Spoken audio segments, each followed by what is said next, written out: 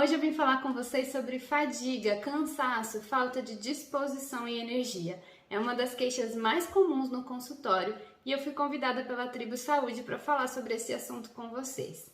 Primeiramente, eu sou super a favor da gente entender a causa da fadiga e não sair tratando nem dando hormônio para todo mundo, que não é bem assim.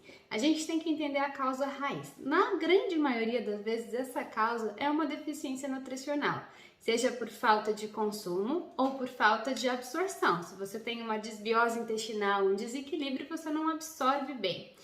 Um dos principais pontos para a gente ver é a ferritina, que é o estoque de ferro. E muitas vezes isso não é solicitado no exame de sangue. A gente vê lá só o hemograma e acha que está tudo bem, mas a ferritina está super baixa, ali 15, 20, 25, 30. É uma ferritina muito baixa que vai te dar esses sintomas aí de falta de disposição e de fadiga. Então, checando isso, se tiver, precisa suplementar. Uma outra coisa que muitas vezes é bem comum é a característica da B9. Então, tem muita gente que tem um polimorfismo, que é uma mutação genética ali num gene que se chama MTHFR, que ele ativa o ácido fólico, que é a vitamina B9. Quando a gente tem esse polimorfismo, esse gene ele não é ativado direito, ou seja, começa a se ter problemas na metilação lá do DNA. E isso em todas as células do nosso corpo. E é muito comum na população brasileira a gente ter esse polimorfismo.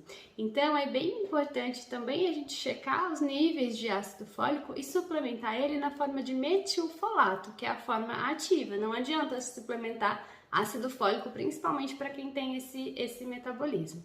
Então tem uma tríade de Bs que são muito importantes, que é a B9 que eu falei, a B6 que está muito ligada aí também até problemas de depressão, enfim, e a B12 que é muito comum o pessoal ter deficiência de B12. Então B6, B9 e B12 é uma coisa que sempre a gente tem que estar checando, inclusive a B12 dá pra gente checar no exame de sangue e ela deve estar ali em torno de 600 para cima.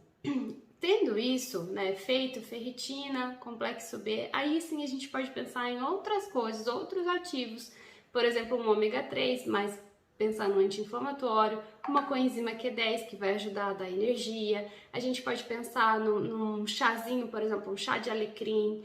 Também é importante não consumir muita cafeína. Tem gente que fala, eu tô tão fadigado que eu preciso consumir 10 cafés por dia. Tá errado, aí você começa a superestimular a cafeína e essa cafeína não vai ter um efeito legal. Pode levar a mais crises de ansiedade, de síndrome do pânico e não vai ser interessante. O ideal realmente é diminuir a cafeína e usar estrategicamente em alguns momentos. Por exemplo, o chá verde seria melhor, porque ele tem a cafeína, mas ele tem uma coisa que se chama L-teanina, que ela equilibra essa cafeína. Então seria uma estratégia mais interessante. Bom, se você tem alguma dúvida, comenta aqui, compartilha esse vídeo, siga aqui para mais dicas e a gente pode ir conversando.